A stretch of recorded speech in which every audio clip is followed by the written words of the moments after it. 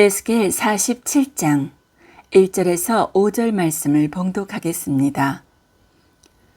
그가 나를 데리고 전문에 이르시니 전의 전면이 동을 향하였는데 그 문지방 밑에서 물이 나와서 동으로 흐르다가 전우편 제단 남편으로 흘러내리더라. 그가 또 나를 데리고 북문으로 나아가서 바깥길로 말미암아 꺾여 동향한 바깥문에 이르시기로 본즉 물이 그 우편에서 스미어 나오더라. 그 사람이 손에 줄을 잡고 동으로 나아가며 일천척을 청량한 후에 나로 그 물을 건너게 하시니 물이 발목에 오르더니 다시 일천척을 청량하고 나로 물을 건너게 하시니 물이 무릎에 오르고 다시 일천척을 청량하고 나로 물을 건너게 하시니 물이 허리에 오르고 다시 일천척을 청량하시니 물이 내가 건너지 못할 강이 된지라. 그 물이 창일하여 헤엄할 물이요 사람이 능히 건너지 못할 강이더라. 생명수에 맡기라, 이런 제목으로 말씀을 드리겠습니다. 예수님은 유월절 어린 양으로서 죽임을 당하셨습니다. 예수님이 그렇게 장사되신 지 사흘 만인 안식 후 첫날에 예수님은 부활하셨습니다. 이날은 유대 절기를 보건대 초실절이었습니다. 예수님은 바로 초실절에 부활을 하신 것입니다. 그래서 기독교회에서는 이 초실절을 부활주일로 지키는 것입니다. 초실절로부터 50일째 되는 날은 오순절입니다. 성령님께서는 이 오순절에 마가의 다락방에 모여있는 제자들에게 강림하셨습니다. 그리고 오늘이 바로 부활주일로부터 50일째 되는 날인 오순절이에요. 2000여 년 전에 성령께서 바로 오늘 강림을 하신 것입니다. 그래서 교회에서는 바로 오늘을 성령 강림 주일로 지키고 있습니다. 오순절에 성령님께서 강림하신 그 이후로 모든 성도들은 성령 충만 받기를 소원하고 있습니다. 여러분도 성령 충만 받는 것을 간절히 소원하고 계시는 줄로 압니다. 오늘 저는 성령님께서 어떤 성도를 과연 기뻐하시느냐, 그리고 어떤 이에게 성령의 충만을 허락하시느냐에 대하여서 증거할 것입니다. 오늘 말씀을 통해서 우리 모두가 성령의 권능을 충만히 받아 누리게 되기를 바랍니다. 예수님께서 부활하신 후에 제자들에게 너희는 온 천하에 다니며 만민에게 복음을 전파하라고 하셨습니다. 제자들은 예수님께로부터 복음 전도라는 거룩한 사명을 받았던 것입니다. 그리고 예수께서는 제자들에게 예루살렘을 떠나지 말고 내게 들은 바 아버지의 약속하신 것을 기다리라 하셨어요. 또 오직 성령이 너희에게 임하시면 너희가 권능을 받고 예루살렘과 온 유대와 사마리아 땅끝까지 이르러 내 증인이 되리라 하셨습니다. 제자들이 복음 전도의 사명을 감당하기 위해서는 반드시 성령을 받아야 한다라는 거예요. 예수님은 이 말씀을 마치시고는 승천하셨습니다.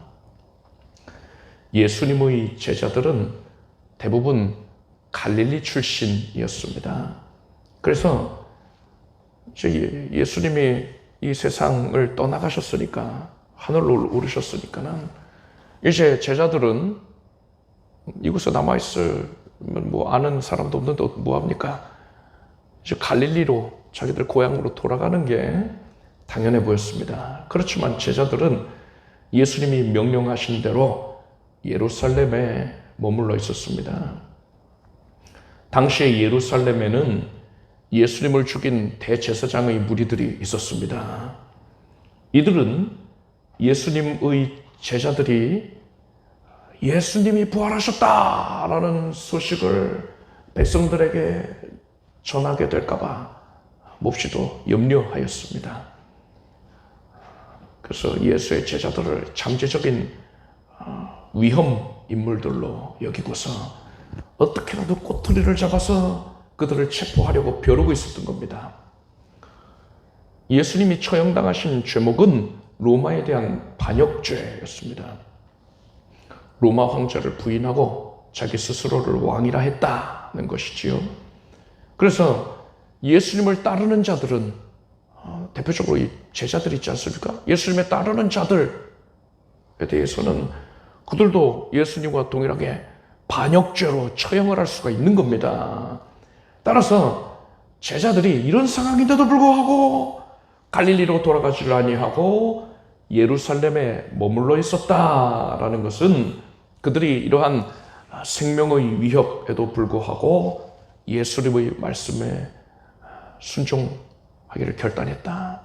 그 복음전도의 사명을 감당하는 것을 위하여서 자신들 생명까지도 하나님께 맡긴 채로 그렇게 순종하였다라는 사실을 우리는 알 수가 있습니다. 누가복음을 보면 제자들이 예수님이 승천하신 후에 저희가 그에게 경배하고 큰 기쁨으로 예루살렘에 돌아가 늘 성전에 있어 하나님을 찬송하니라고 했습니다. 제자들이 늘 성전에 있었다라고 했어요. 이 말은 성전에서 날마다 3차례 예배가 있었습니다. 오전 9시, 낮 12시, 또 오후 3시 이렇게 성전에서 예배가 있었는데 그 집회에 제자들이 빠짐없이 참석을 해서 기도를 하고 찬송을 했던 것을 의미하는 겁니다. 제자들은 그렇게 성전에서 집회가 있는 시간 이외에는 예수님께서 최후의 만찬을 하셨던 바로 그 장소 마가의 다락방에 머물렀습니다. 제자들은 마가의 다락방에서는 성전에서 할 때처럼 그렇게 큰 소리로 찬송을 부를 수는 없었을 거예요. 왜냐면 주변의 이목을 끌면 안 되기 때문에 그런 겁니다. 그래서 이들은 숨죽이고 찬송하였을 겁니다. 제자들이 이 마가의 다락방에서 주로 했던 것은 찬송보다는 기도였어요. 사도행전을 보면 이들이 전혀 기도에 힘썼다라고 했습니다. 이들은 기도에 전념하였던 것입니다. 이때 제자들이 무슨 기도를 했겠습니까? 그리고 그것을 추측하는 게 어렵지가 않습니다. 만약에 하나님께서 여러분에게 이렇게 말씀을 하셨다 생각해 보십시오. 하나님께서 음성으로 또 거룩한 감동으로 이렇게 말씀하신 거예요. 내가 얼마 안 있어서 너에게 옷을 한 벌을 보내줄 것이다. 네가 옷 한 벌을 배송받게 될 것이다. 너는 그 옷을 입고서 만나실에서 봉사를 하도록 해라. 하나님께서 이렇게 말씀을 하셨으면 너무 신기하기도 하고요. 황홀하기도 하고 기쁘지 않겠습니까? 근데 나 혼자 그런 명령을 받은 게 아니라 내 옆에 다른 성도도 그런 명령을 받았다 해요. 몇 명 됩니다.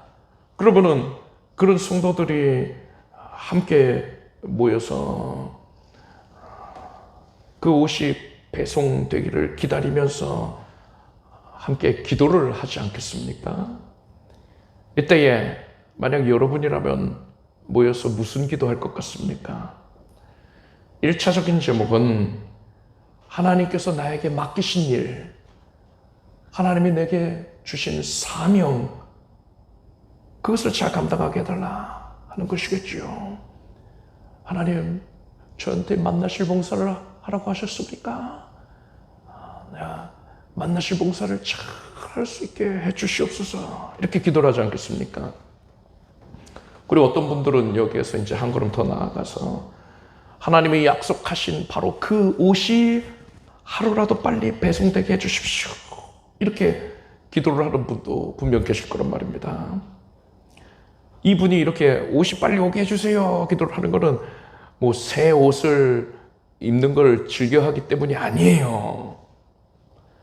하나님께서 맡기신 사명 감당하는 것을 간절히 사모하기 때문에 그것을 하루라도 더 빨리 감당하기를 원하는 마음에서 그러한 기도를 하는 겁니다.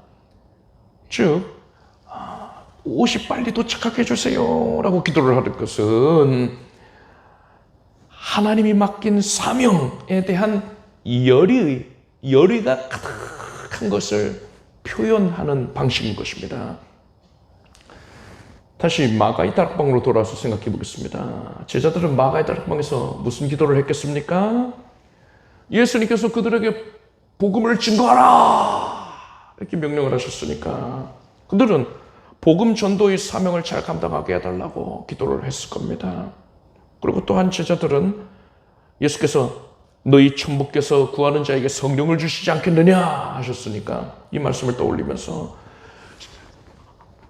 하나님의 약속하실 성령님 빨리 임하여 주소서, 성령님 속히 임하여 주소서 하고 성령을 간절히 구했을 것입니다. 이게 뭘 의미한다고 했습니까? 예수께서 그들에게 맡기신 복음 전도의 사명을 이들은 소중히 여기고 그것을 감당하는 것에 대한 큰 열망을 가지고 있었던 것입니다. 이제 오늘 본문인 에스겔서의 내용을 살펴보겠습니다. 남유다는 주전 586년에 바벨론 제국의 침략을 받아서 멸망했습니다. 성전이 철저하게 무너뜨려지고 성벽도 무너지고 유다 백성들은 바벨론의 포로가 되어서 끌려갔습니다. 그 일이 있은 지 14년이 지나고서 주전 573년에 바벨론에서 포로 생활을 하던 백성들, 이때 이제 운하 건설에 동원이 됐었다 하는데 그렇게 고통 가운데 있던 백성들 중에 하나님께서 에스겔 선지자에게 하나님의 이상을 보게 하셨습니다. 환상 가운데에 계시를 받은 거예요. 에스겔이 환상 중에 하나님의 영에 이끌려서 예루살렘을 방문합니다. 거기는 폐허가 되어 있지 않습니까? 성전도 완전히 무너져 버렸단 말이에요.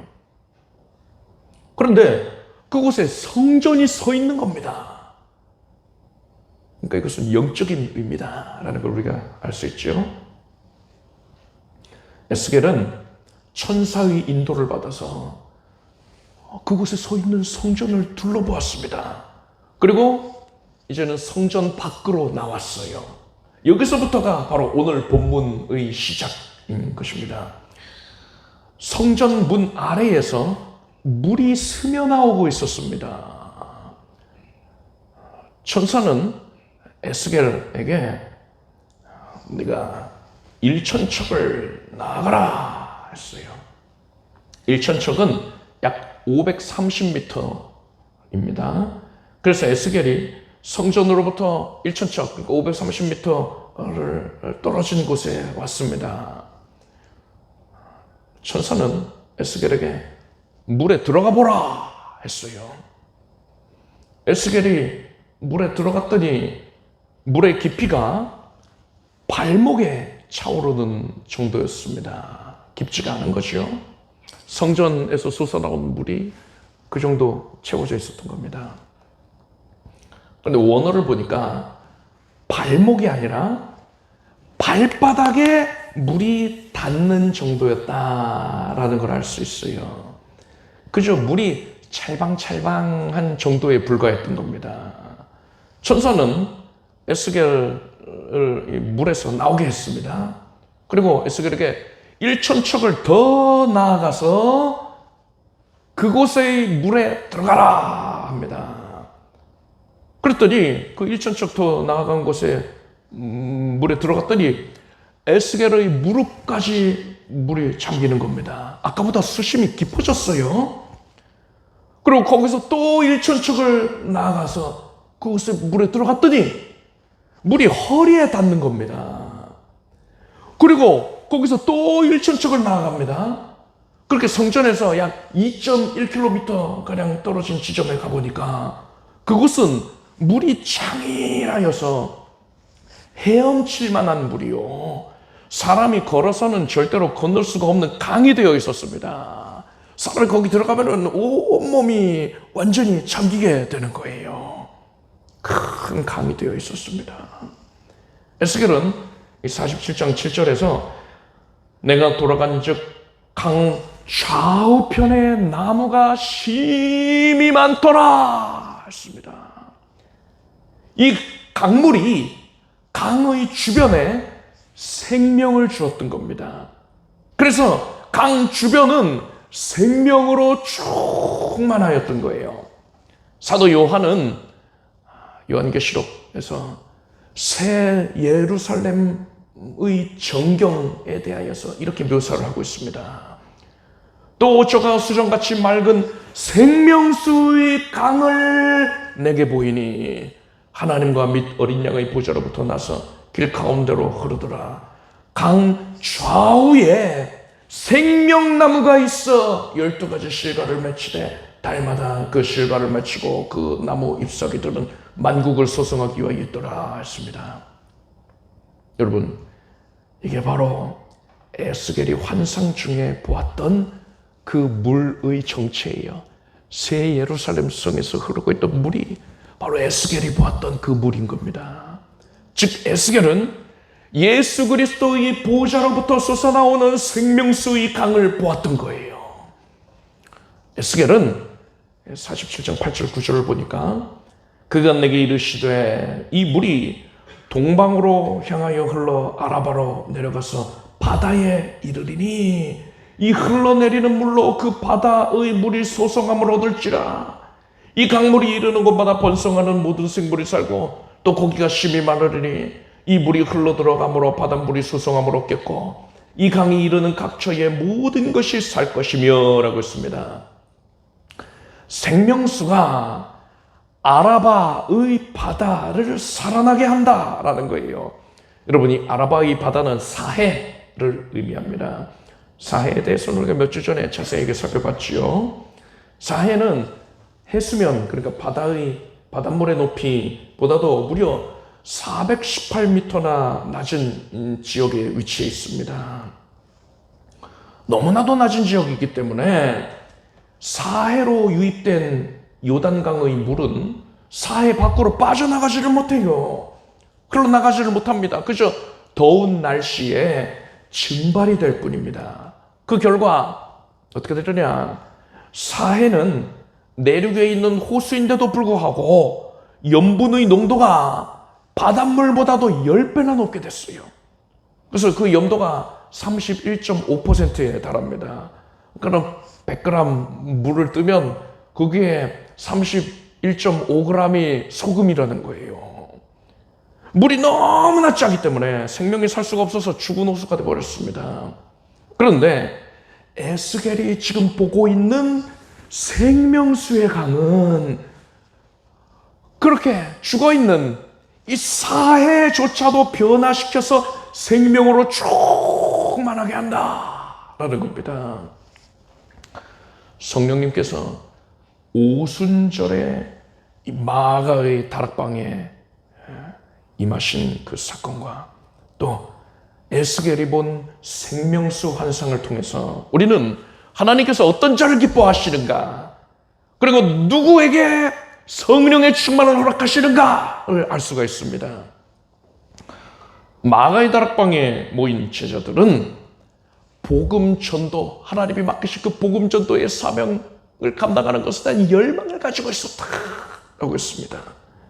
그리고 제자들은 생명의 위협에도 불구하고 갈릴리로 돌아가지 아니하고 예루살렘에 모여서 기도하고 있었어요. 이것은 제자들이 자신들의 생명까지도 하나님께 내어 맡겼다는 걸 뜻하는 겁니다. 여러분, 생명을 맡겼는데 그 외에 하나님께 맡기지 못할 게 뭐가 있겠습니까? 제자들은 자신의 전부를 하나님께 기꺼이 내어 맡겼던 거예요. 그리고 하나님께서는 바로 그런 그들을 기뻐하셔서 그들에게 성령의 충만을 허락하신 겁니다. 여기서 여러분은 제자들이 복음 전도에 대한 열망을 가지고 있었고 하나님께 전적으로 내어 맡겼다, 이 사실을 기억하시길 바랍니다.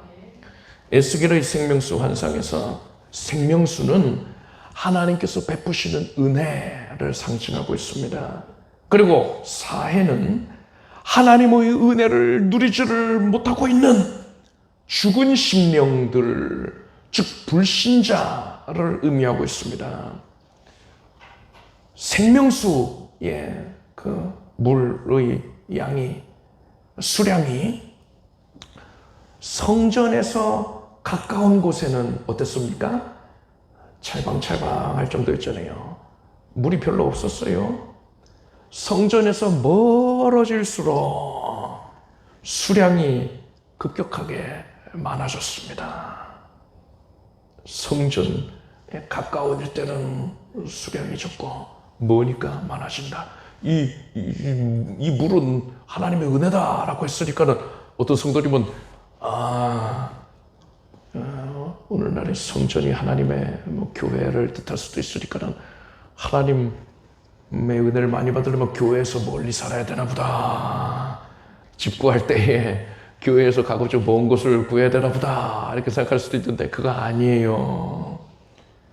여러분, 여기서 이 생명수의 수량, 물의 양을 결정하는 것은, 그 결정하는 기준이 성전에서부터 얼마나 가깝냐 얼마나 머냐가 아닙니다.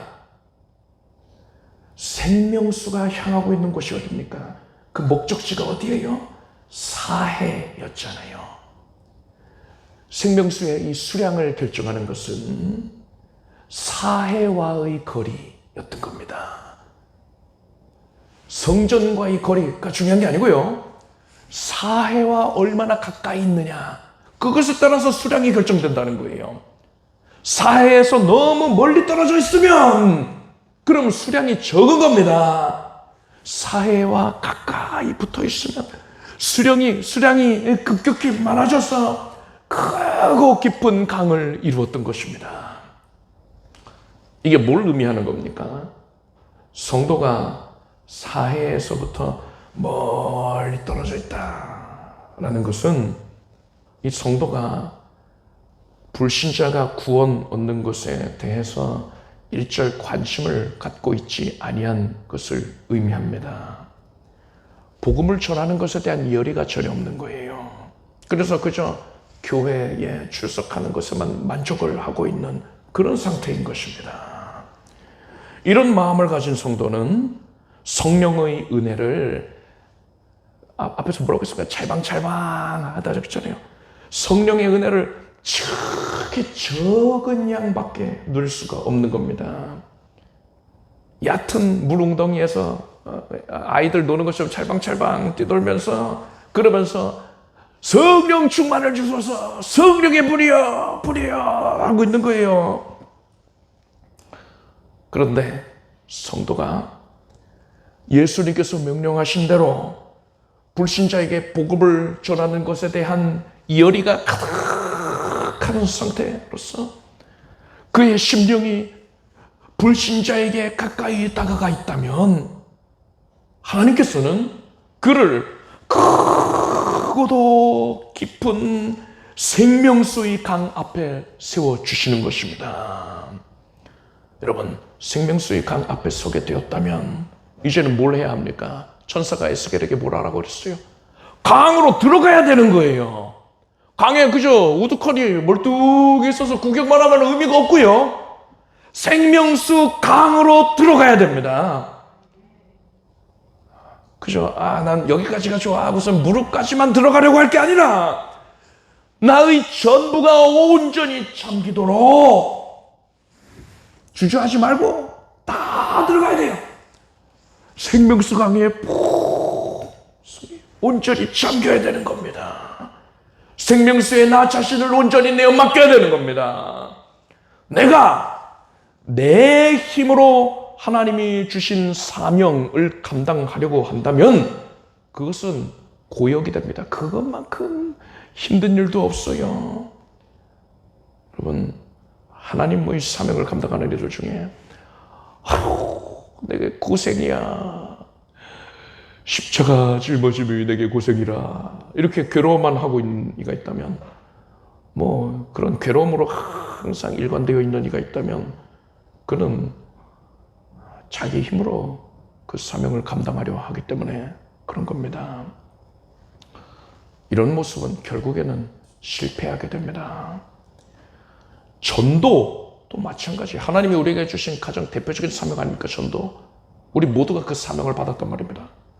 내가 내 힘과 내 지혜로 내 능력으로 전도를 하려고 한다면 처절하게 실패할 수밖에 없는 겁니다. 그런데 여러분, 이 생명수 강은 사해로 향하고 있었다 하지 않았습니까? 그리고 이 생명수가 바로 이 사해를 살려냈다 하지 않았습니까? 에스겔이 한 게 아니었어요. 생명수가 사해를 살린 겁니다. 이것을 통해서 우리는 불신자를 구원하는 것은 오직 성령님의 사역이다라는 걸 알 수가 있습니다. 불신자를 구원하기 위해서 사람은 할 수 있는 게 없어요. 무능합니다. 할 게 없어요. 처음부터 끝까지 사람의 구원에 대해서는 처음부터 끝까지 그저 성령님께서 홀로 이루어내시는 것입니다. 성령의 역사예요. 따라서 우리는 그저 뭐 해야 돼요?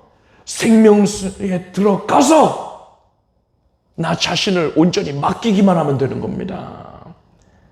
생명수 그 강에 들어가가지고 뭐 허우적 될 것도 없어요.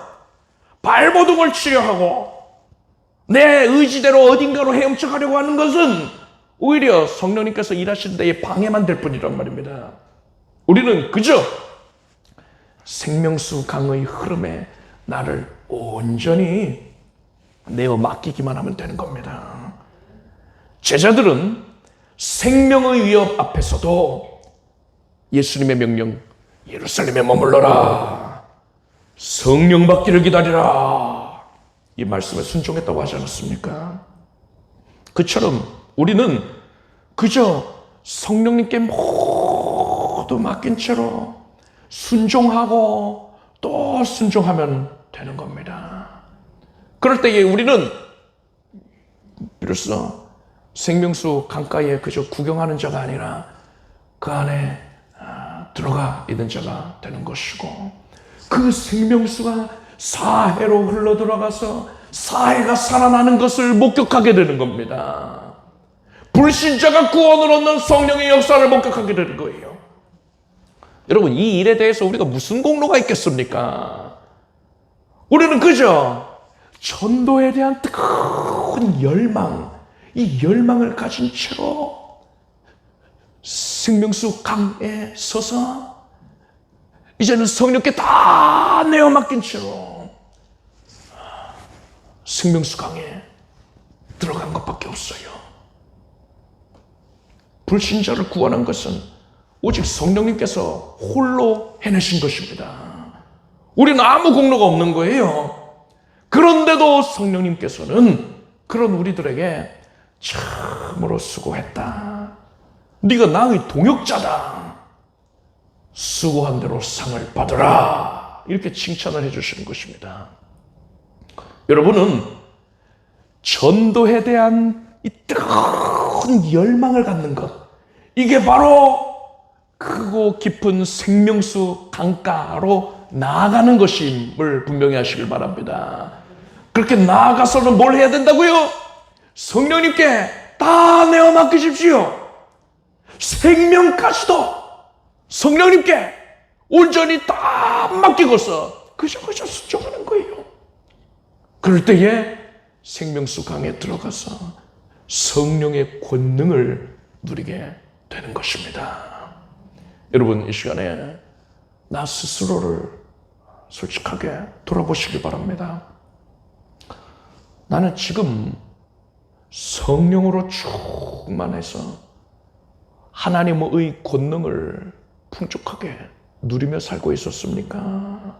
아니면 그게 아니라 그저 찰방찰방한 얕은 물 웅덩이에만 만족하며 살고 있었던 건 아닙니까? 가끔 가다가 거기서도 뭐 뒷박질할 때에 물이 조금 높이 뛰어오를 때가 있지요.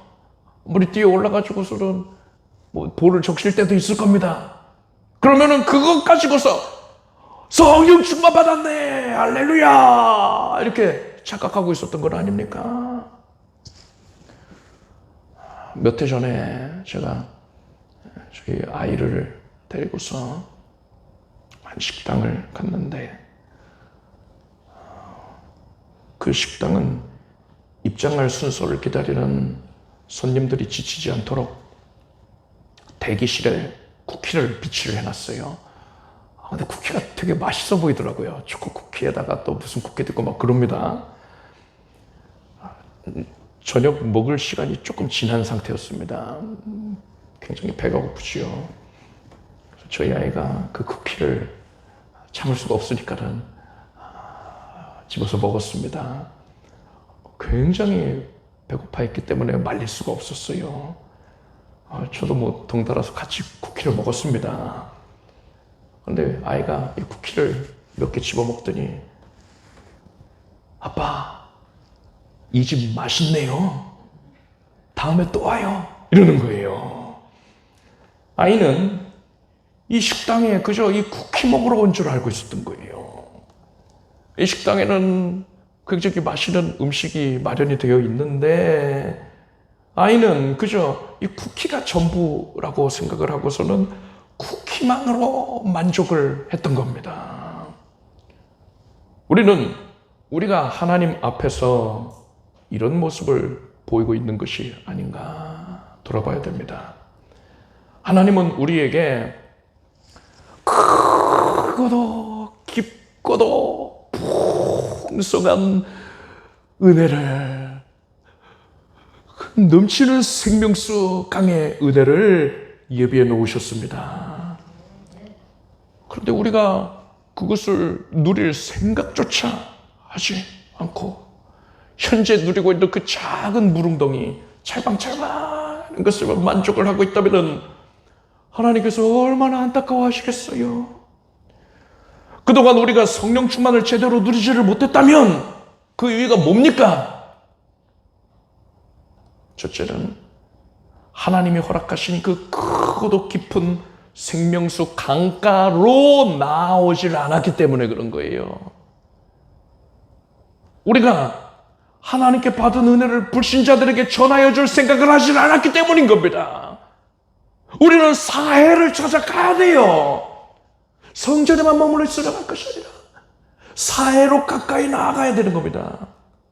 우리가 불신자에게 하나님의 은혜를 전해주기 위해서, 그를 구원하기 위해서, 그에게 복음을 전하려는 열망을 갖고 있을 때에 우리 마음은 사해에 가까워지게 되는 것이고, 우리 앞에는 크고도 깊은 생명수강이 펼쳐지게 되는 것입니다.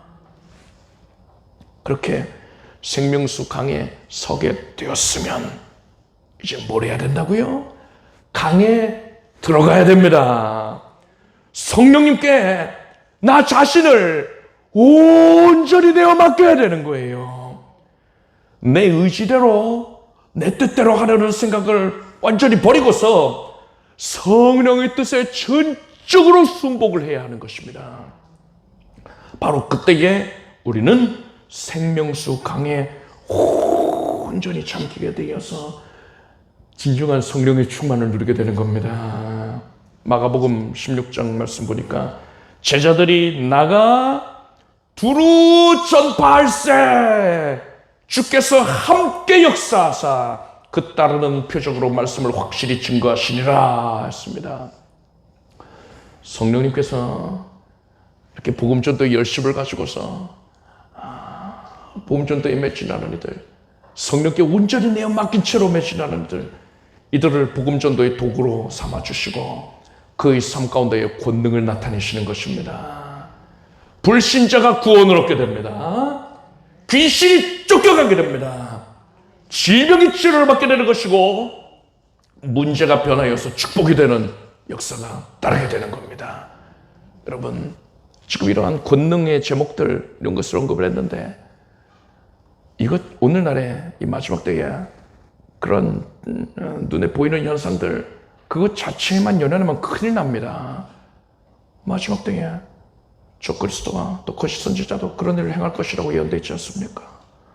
그것에 연연하면 안 되는 것이고요. 우리는 기본에 충실해야 됩니다. 복음 전도에 열심을 내십시오. 그리고 성령님께 다 내어 맡기십시오. 이를 통하여서 우리는 진정한 성령 충만을, 성경대로의 성령 충만을 받게 되는 것이고 성령의 권능을 만끽하며 누리게 되는 것입니다. 기도하겠습니다. 성령님, 우리에게 충만하게 임하여 주시옵소서. 성령 강림 주일을 맞이하여서 성령께서 어떠한 자를 기뻐하시고 성령으로 충만하게 하시는지를 돌아보았습니다. 우리가 생명수 강가로 나아가겠습니다. 사해를 향하여서 죽어가는 이들을 향하여서 달려나아가서 복음 전하고자 하는 열망을 갖게 하여 주시옵소서. 이제 생명수 강으로 온전히 들어가겠습니다. 성령님께 생명까지도 내어 맡기고서 성령께 모든 것을 맡기고서 하나님께만 순복하겠습니다. 성령이 우리를 복음 전도의 도구 삼아 주시옵소서. 성령의 충만을 누리게 하여 주시옵소서. 예수님의 이름으로 기도드렸나이다. 모두 일어나시기 바랍니다. 가슴에 손 얹고 아픈 곳에 손 얹고 기도하겠습니다. 하나님, 은혜의 영께서 지금 우리에게 방문하셔서 성령으로 교통하시고 하나님의 은혜로 채워주셔서 감사합니다. 우리가 복음 전도에 대한 열망을 품고서 오직 성령께 다 내어 맡긴 삶을 살게 하소서. 성령의 그 생명수 강에 온전히 우리가 잠겨있게 하여 주시옵소서. 성령께서 능력의 손길로 지금 만져주셔서 모든 연약을 사하여 주시나이다. 심령 깊숙한 곳에 자리 잡고 있었던 모든 패배의식이 좌절과 절망케 하였던 것, 우울케 하였던 것 이제는 사라질지어다. 하나님이 만지셨으니 하나님의 능력으로 고침을 받았느니라. 연약한 육신을 만지셔서 감사합니다. 우리가 지금 이 시간에 큰 확신을 가지고 외칩니다. 우리 믿은 대로 이루어 주시옵소서. 모든 질병 연약의 세력들이 떠나갈지어다. 손을 얹은 즉 나을 것이라 하셨습니다. 우리가 복음을 증거할 때에 믿는 자에게 따르는 권세가 나타나서 우리가 손을 얹은 그 부위가 지금 증거하게 되었습니다. 하나님의 능력의 영의 역사로 말미암아서 지금 온몸 각 기관이 깨끗하게 되었습니다. 암세포가 사라졌습니다. 머리에서 발끝까지 온몸이 뼈 마디마디가 관절 골수가 정상이 되었고 모든 수치들이 정상이 되었습니다. 통증이 사라졌습니다. 하나님께서 이 일을 이루셨으니 영광 받으시옵소서. 온 가족은 쾌유할지어다. 생명으로 충족할지어다. 각 가정마다 이루고자 소원하는 기도의 제목들 다 들어주시옵소서. 하나님, 우리가 탄식 가운데에 하나님께 호소하는 제목들을 다 들으신 줄로 믿습니다. 이제 하나님께서 우리의 기도를 은혜로 뒤덮어 주셔서 모든 연약함이, 어려움이, 또한 저주의 제목들이 변모하여 축복이 되게 하여 주시옵소서. 압도적인 은혜의 역사를 이제 목도하게 될지어다. 문제가 변하여서 밥이 된 것을 확인하게 될지어다. 하나님께 크게 영광 올려드리게 될지어다. 각 가정마다 믿음의 복이 부욕게 되게 해주시옵고, 강건하게 해주시옵고, 물질로 어려움 겪지 아니하게 해주시옵고, 넉넉하고 부욕해 주시옵소서. 종사하고 경영하는 산업의 현장을 크게 복내려 주시옵소서. 장막 매매의 문제가 하나님의 개입하심으로 이루어지게 해주시옵소서. 하나님 앞에서 이루고자 소원하는 모든 것들이 다 응답받게 해주시옵소서. 예수님의 이름으로 기도드립나이다. 믿음 대로 될지어다. 박수영 올리겠습니다. 잘 앉으십시오. 시간에 우리 교적 카드를 이번 또 내신 성도님들 축복하는 시간을 갖도록 하겠습니다. 박태훈 성도님과 박미경 성도님 잠시만 자리에서 일어나시면 감사하겠습니다. 일어나시고 우리 또 일어나신 성도님들뿐 아니라 우리 모두가 가슴에 손 얹고 함께 따라서 고백을 하겠습니다. 저의 기도를 따라서 고백하시기 바랍니다. 하나님 아버지, 저를 불러주시기 감사합니다. 예수님께서 십자가에 못 박혀 죽으시고 죽음에서 부활하시어 저희 모든 죄를 사해 주시고 저를 구원해 주시니 감사합니다. 예수님은 나의 구세주이시며 하나님이시며 주님이심을 믿고 고백합니다. 이제부터 복음을 전하며 살겠습니다. 예수님의 이름으로 기도드립니다. 축복하겠습니다.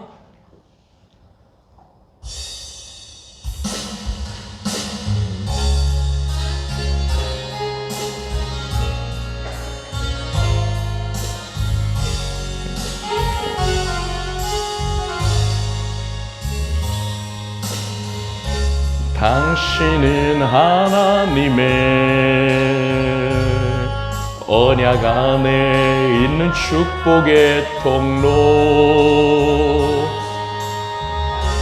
당신을 통하여서 열방이 주께 돌아오게 되리.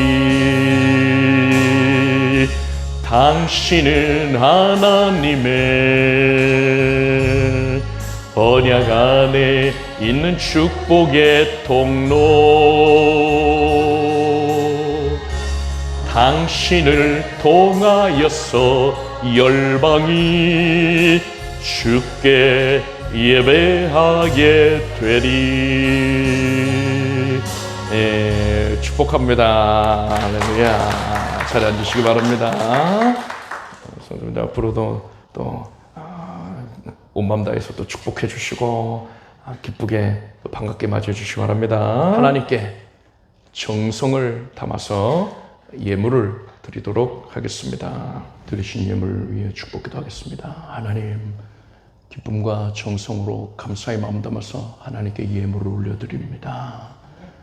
하나님, 지금 손 얹어주시고 드린 심령들 위에 손을 얹어주시고 은혜를 내려주시니 감사드립니다. 모든 것이 하나님의 은혜입니다. 기쁨 가운데 늘상 헌신하는 삶이 되게 해주시고 주의 자녀들의 삶이 영육간에 넉넉해져서 하나님께 드리기에 일절 주저함이 없게 하여 주시옵소서. 헌신의 분량이 더해지게 해 주시옵소서. 예수님의 이름으로 간절히 기도드립나이다.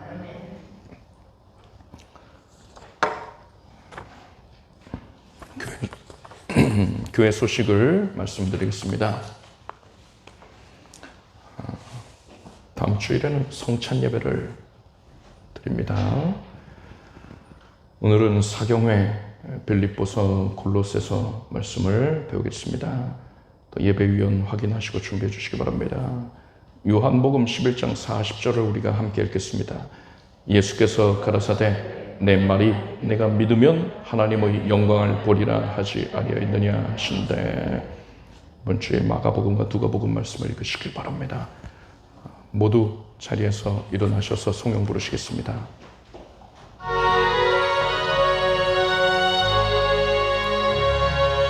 성부 성자 성령께 찬송과 영광 돌려보내세.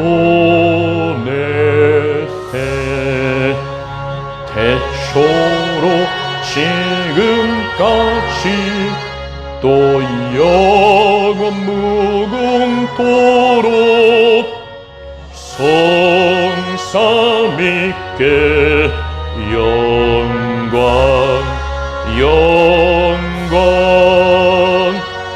아멘.